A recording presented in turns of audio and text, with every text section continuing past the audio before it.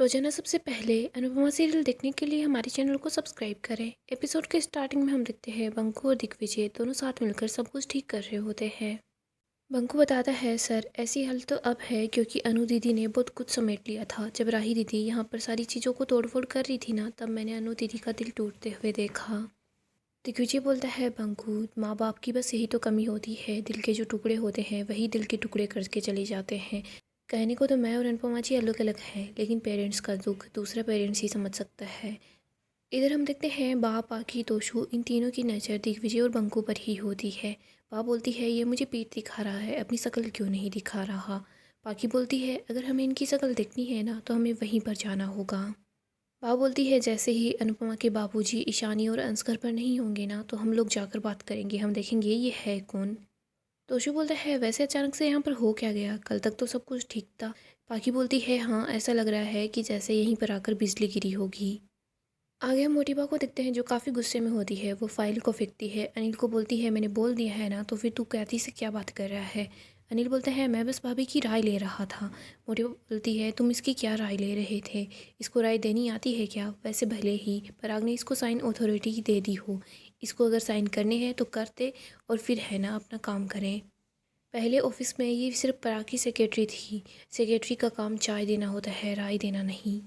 Katie बोलती है, बा चाय तो मैं पहले ही लेकर आ गई थी, आप आराम से बैठकर चाय पीजिए, तब तक एक बार मैं नज़र मार लेती हूँ। और वैसे भी सेक्रेटरी बॉस के ऑफिस के बाहर बैठती है ताकि कोई भी गलती बॉस के पास ना पहुँच पाए, और बॉस की जो गलती है ना वो किसी के सामने ना आ पाए।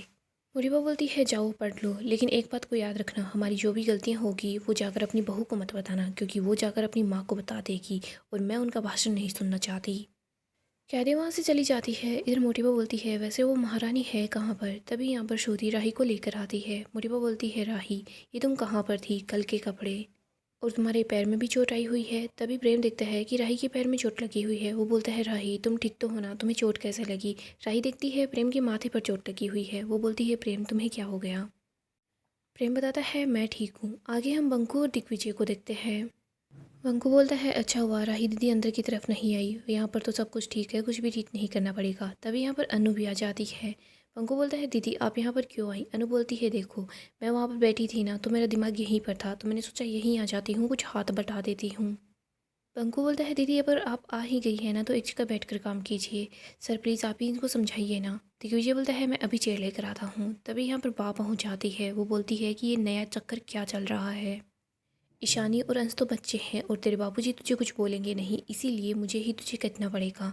ये जो दिन रात तू आदमियों के साथ काम कर रही है ना, अनजान लोगों के साथ, ये सब कुछ बंद कर दे, वरना जो लोग हैं ना आते जाते सिर्फ मुझे ही ताने देंगे।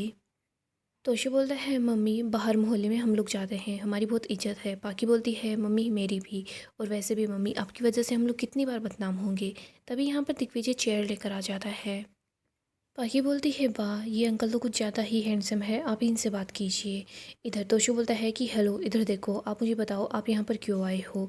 या आपका कोई पासपोर्ट आधार कार्ड कुछ तो होगा ही। पा बोलती है कि गोवा से अहमदाबाद आने के लिए पासपोर्ट की ज़रूरत नहीं होती, वहाँ से आने के लिए कारण की ज़रूरत होती है। आप बताइए आप गोवा से अहमदाबाद क्यों आए हैं, किस वजह से आए हैं। पाही बोलती है, कोई ना कोई तो वजह होगी ही यहाँ आने की, आप यूं ही तो यहाँ आए होगे नहीं। इधर अनु बोलती है कि बस करो, जो कुछ पूछना है मुझसे पूछो, दिग्विजय जी को परेशान मत करो। बा बोलती है, दिग्विजय जी। अनु बोलती है, ये जी को इतना लंबा करके हिंदी भाषा का आप अपमान मत कीजिए। बा, मैं आपके सारे सवालों के जवाब दे दूंगी, अगर आप लिहाज में रहकर अपनी जगह पर जाकर सवाल पूछेंगी तो। ये जो जगह है ना, ये फ़िलहाल हमें इस जगह के मालिक ने दी है, बाबूजी ने परमिशन दे दी है, और बाकी सरकारी जगह से भी परमिशन मिल गई है, तो आप यहाँ पर हमें कुछ नहीं बोल सकती। बा बोलती है, तुझे हमारे सवाल का जवाब देना ही होगा, हम अपने सवाल का जवाब लेकर ही जाएंगे। अनु बोलती है, बा अगर आप प्यार से तमीज़ से मुझसे कोई भी सवाल पूछेंगी ना तो मैं आपको प्यार से तमीज़ से जवाब दे दूँगी, लेकिन अगर आपने तमीज़ से बात नहीं की, तमीज़ की हद छोड़ दी ना, तो मुझसे कोई भी जवाब का इंतज़ार मत कीजिएगा, मैं आपको जवाब नहीं देने वाली। और ये दो चमगूंगे आपके जो साथ आए हैं, इनको भी बोल दो, अगर ये लोग गुंडागर्दी पर उतरे ना तो फिर हाथ मुंह मेरा भी चलता है, थप्पड़ तो याद होगा ही। तोशु को याद करता है कि अनु ने उसको कैसे थप्पड़ मारा था।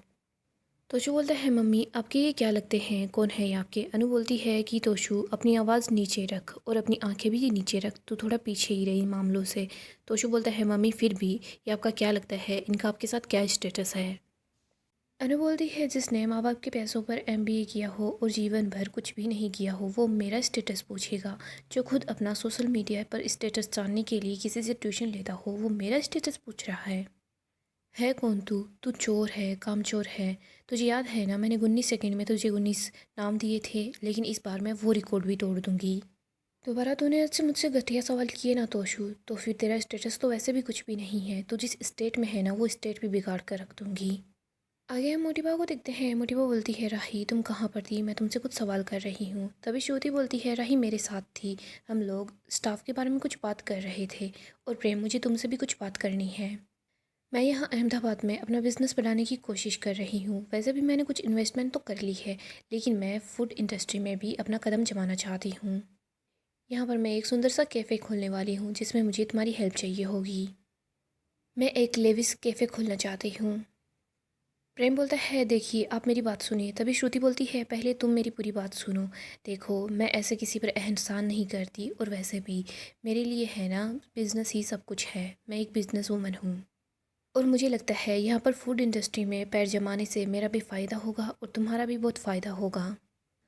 तो प्रेम तुम्हें क्या लगता है क्या हम दोनों एक दूसरे की मदद कर सकते हैं? प्रेम को याद आता है कि उसका लाइसेंस तो रिजेक्ट हो गया था। प्रेम बोलता है कि आपने मुझे इतना बड़ा मौका देने के बारे में सोचा, थैंक यू, लेकिन मैं इसके लायक ही नहीं हूँ। प्रेम बोलता है आप एक बिजनेस वूमन हैं और मैं हूँ घाटे का सौदा। मैं अपना सब कुछ हार चुका हूँ, आप मुझ पर दांव मत लगाइए वरना आप भी सब कुछ हार जाएगी। श्रुति बोलती है वो तो हार जीत तो देख लेंगे, लेकिन मैंने तुम्हारे हाथ का बना हुआ खाना चखा है, मैं बस उसी स्वाद पर दाव लगाना चाहती हूँ। श्रुति बोलती है प्रेम कोई जल्दबाजी नहीं है, तुम आराम से सोच समझ कर अपना फैसला मुझे बता देना। और राही तुम अपना ख्याल रखना और तुम्हें रेस्ट की ज़रूरत है। श्रुति बोलती है मुझे चलना चाहिए। इधर मोटिवा बोलती है श्रुति जी आप कौन से होटल में रुकी हुई है? श्रुति बोलती है जी। मोटिवा बोलती है मेरे कहने का मतलब ये है आप राही को अपनी बेटी मानती है ना, तो फिर आप क्यों नहीं यहीं पर रुक जाएं अपनी बेटी के साथ। मोटिवा बोलती है मैं बस इतना कहना चाह रही हूँ आप अहमदाबाद में जब तक है तब तक आप हमारे साथ यहाँ पर रुक सकती हैं। अनिल तुम इनका होटल से चेकआउट करवा लो और हाँ उनका सारा सामान यहाँ पर मंगवा लो। आज से श्रुति जी यहीं रहेंगी। श्रुति ये सुनकर काफ़ी ज़्यादा खुश हो जाती है। वो मोटिवा को बोलती है अगर आप ये चाहती है तो ठीक है मैं यहीं पर रुक जाती हूँ। इधर मोटिवा सोच रही होती है राही की मम्मी अनुपमा जोशी वो हमारे प्रेम के कोई काम नहीं आई, लेकिन ये जो मुँह बोली माँ है ना ये हमारे प्रेम के बहुत काम आ सकती है, इसे हमें अपने पास ही रखना होगा। इधर श्रुति सोच रही होती है अच्छा है मैं राही के पास रहूँगी, मुझे भी राही की ज़रूरत है और राही को भी मेरी ज़रूरत है, अनुपमा राही से दूर हो जाएगी। श्रुति बहुत ज़्यादा खुश हो जाती है, वो राही को गले लगा लेती है। इधर हम अनु को देखते हैं। अनु बोलती है किसी को भी मुझसे सवाल पूछने का कोई भी अधिकार नहीं है। बा आप मुझसे बड़ी हैं इसीलिए मैं आपको सिर्फ बता रही हूँ। सालगोंडा में मुझे एक नहीं कई दिक्कतें थी। अनु बा को सब बता देती है। अनु बताती है गोवा में दिग्विजय जी ही थे जिन्होंने हमारी मदद की। हम सब लोग एक साथ एक छत के नीचे रहते थे। बात तो शू बाकी तीनों बोलते हैं साथ रहते थे। अनु बोलती है कि हाँ मुझे पता था आपको मेरी तकलीफ़ मेरा दुख कुछ भी दिखाई नहीं देगा, आपको सुनाई देगा तो सिर्फ ये तीन सब सुनाई देंगे। साथ रहते थे। हाँ हम लोग एक ही छत के नीचे सब लोग आराम से साथ रहते थे। आपको पता है क्या जयू क्या कहती है? जयू बोलती है दिग्विजय सर हमारे लिए एंजल है। ये हमारी लाइफ में तब आए जब हमें बहुत ज़्यादा ज़रूरत थी। हमारे अपने रिश्ते ये तोशु बाकी ये लोग मदद नहीं करते, लेकिन दिग्विजय जी हमारे अपने नहीं थे फिर भी इन्होंने हमारी मदद की। बात बोलती है लेकिन तेरा इसके साथ कोई रिश्ता नहीं है तो तू इसकी मदद क्यों कर रही है? अनु बोलती है रिश्ता है, बात दर्द का रिश्ता है। मैंने अपना जवान समर खोया है तो इन्होंने अपनी जवान बेटी खोई है। ये जो कैफ़े है ना लव यू जिंदगी, ये इनकी बेटी का सपना था। मुझे तो बाद में पता चला ये अनुज से भी मिले थे अमेरिका में, और अनुज ने ही इस कैफ़े के अंदर पहली इन्वेस्टमेंट की थी, इसीलिए अब कैफ़े मेरा भी सपना बन चुका है। अनु बोलती है चलो आप लोगों से मैं सबका इंट्रोडक्शन करवा देती हूँ। अनु बता रही होती है दिग्विजय सर बंकू ये मेरी बा है, और ये दोनों इन दोनों के बारे में अपना जानो तो भी अच्छा है, लेकिन फिर भी मैं बता देती हूँ ये मेरा बड़ा बेटा तोशु और ये मेरी बेटी पाखी। अनु बताती है ये दिग्विजय सर हैं और ये है बंकू। ये कहने को तो मुझे दीदी बोलता है लेकिन मैं इसको बच्चे जैसे प्यार करती हूँ, और फिलहाल हम सब लोग एक साथ रह रहे हैं मेरी माँ के घर में। अनु तोशु और बाकी की तरफ ही देख रही होती है। वो बोलती है अगर किसी को गलत सुनाई दिया है ना तो फिर अपने कान में तेल डाल ले, अगर किसी को कुछ गलत दिखाई दिया है तो फिर वो अपने आँखों में गुलाब जल डाल ले, और अगर किसी ने भी अपने मुंह से गलत शब्द निकालने की कोशिश की ना तो खड़े घर में इतनी थप्पड़ लगाऊंगी ना कि अंदर से ही शंखनाद बजने लग जाएगा और तुम दोनों ही पवित्र हो जाओगे। फिर गलत सोचने की गलत सुनने की किसी की भी चीज़ों की क्षमता नहीं रहेगी। अनु बोलती है, अब तुम लोग यहाँ पर आए हो ना, तुमने गलती की है तो उसका प्रायश्चित करना पड़ेगा, चलो काम पर लग जाओ। बोलती है, बा आप इतनी देर से खड़ी हैं, बंकू जाकर चेयर लेकर आ। अनु बोलती है, बाकी दोस्तों अपना काम स्टार्ट कर दो, देखो उधर पेंट की बाल्टी पड़ी है, उधर यहाँ पर पेंट भी तो करना है ना, स्टार्ट हो जाओ, अपना काम करने लग जाओ। बाकी बोलती है कि मैं फालतू नहीं बैठी मम्मी। अनु बोलती है, अगर फालतू नहीं बैठी थी तो फिर यहाँ पर क्यों आई बकवास करने के लिए।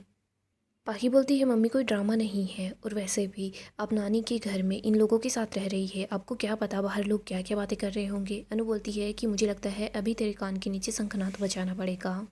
ऐसे तुम लोगों से कई सारी बातें करवा लो, लेकिन जब काम की बातें आती है तो तुम लोग कोई ना कोई बहाना बना ही देते हो, चले जाओ यहाँ से। बा बोलती है कि हम भी यहाँ नहीं रुकने वाले, हमें तो यहाँ का पानी भी नहीं पीना। अनु बोलती है, जाओ अच्छी बात है, यहाँ का पानी भी बच जाएगा, आराम से घर पर जाओ, अपनी दूरबीन से बस हमारे दरवाजे पर ही नज़र रखना, और देखना मैं आपके सामने यहाँ दरवाजे पर नींबू मिर्ची बांध कर आऊँगी।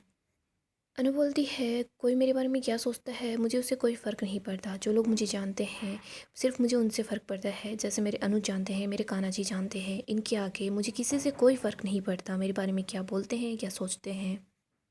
मेरे साथ बापूजी है, अंश है, ईशानी है, बंकू है, दिग्विजय जी है, जयू है, सब लोग हैं, मैं अकेली नहीं पढ़ूंगी बा, और ये सपना है ना, अब मेरा भी सपना है, इस सपने को आपकी बेटी पूरा करके दिखाएगी। बा बाकी दोषी वहाँ से चले जाते हैं। इधर अनु हाथ जोड़कर बोलती है, अपने परिवार की तरफ से मैं आपसे माफ़ी मांगती हूँ। दिग्विजय बोलता है, आपके बापूजी ने हमें पहले ही बता दिया था आपकी बात, तोशु और ये जो बाकी है ना, ये लोग ऐसे सवाल जवाब ही करेंगे। अनु बोलती है, क्या ही कर सकते हैं, परिवार रह गया, छोड़ भी नहीं सकते। दिग्विजय बोलता है, वैसे आपने इन लोगों को बहुत अच्छे से समझाया है, लेकिन मुझे नहीं लगता इनको कुछ भी समझ आया होगा। दिग्विजय बोलता है, कहीं मेरी वजह से ये लोग फिर से ऐसा ना बोल दे। अनु बोलती है कि कोई बात नहीं है सर, ये लोग ऐसे ही बोलते रहेंगे और इन लोगों को इग्नोर करना है। हम इनको तो चुप नहीं करा सकते, लेकिन अपने आप को तो चुप कर सकते हैं ना, कि हम इनका जवाब ना दें, इनकी बातों को बस इग्नोर करते रहें। ये लोग बस ऐसे ही शोर करते रहेंगे। इधर बंकू बोलता है, वैसे दीदी आपने मेरा इंट्रोडक्शन बहुत अच्छे से दिया। दिग्विजय बोलता है, मेरा भी। दोनों अनु को थैंक यू बोलते हैं। बंकू बोलता है, सुबह से काम कर रहे थे, थोड़ा आराम मिल गया, चलो अब फिर से काम करने लग जाते हैं। आगे हम मोटिबा को देखते हैं, जो गौतम को बोलती है कि मुझे श्रुति के बारे में सब कुछ जानना है। गौतम बताता है कि मैंने आपको सब कुछ बता तो दिया। मोटिबा बोलती है, मुझे वो जानना है जो कि इंटरनेट पर नहीं है।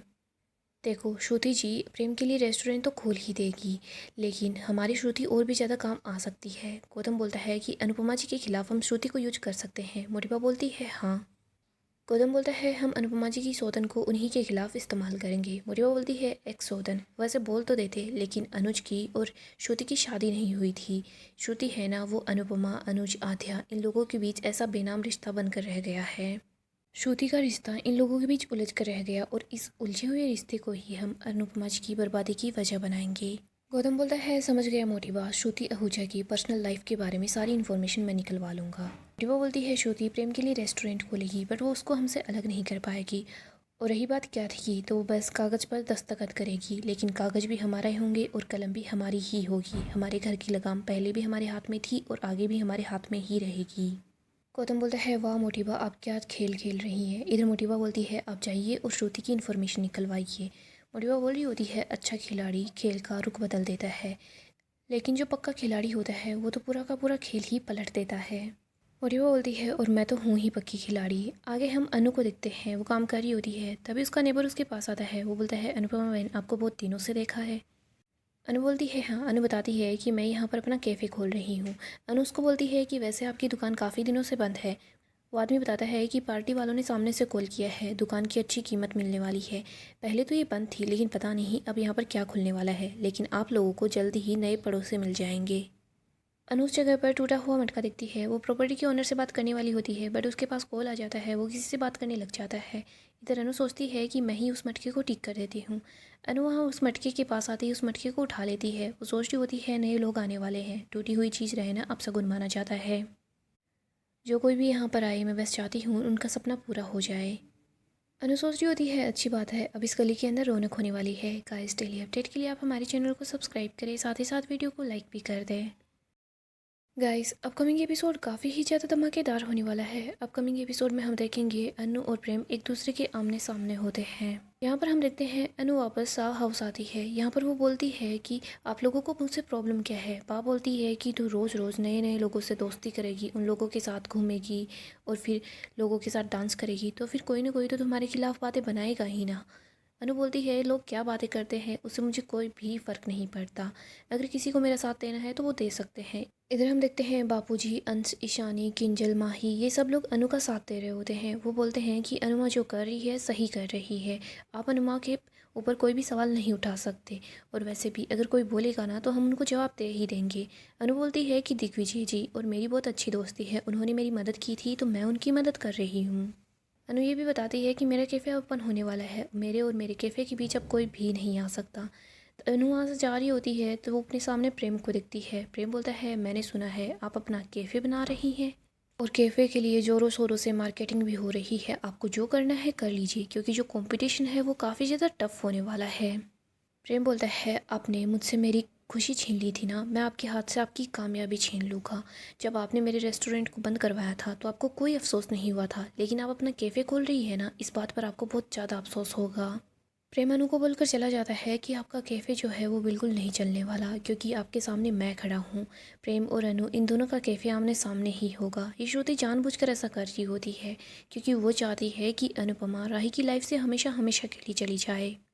दोस्तों, नेक्स्ट एपिसोड काफ़ी ही ज़्यादा इंटरेस्टिंग होगा। अगर आपको अपडेट जानना पसंद है तो हमारे चैनल को सब्सक्राइब करें, साथ ही साथ वीडियो को लाइक भी कर दें।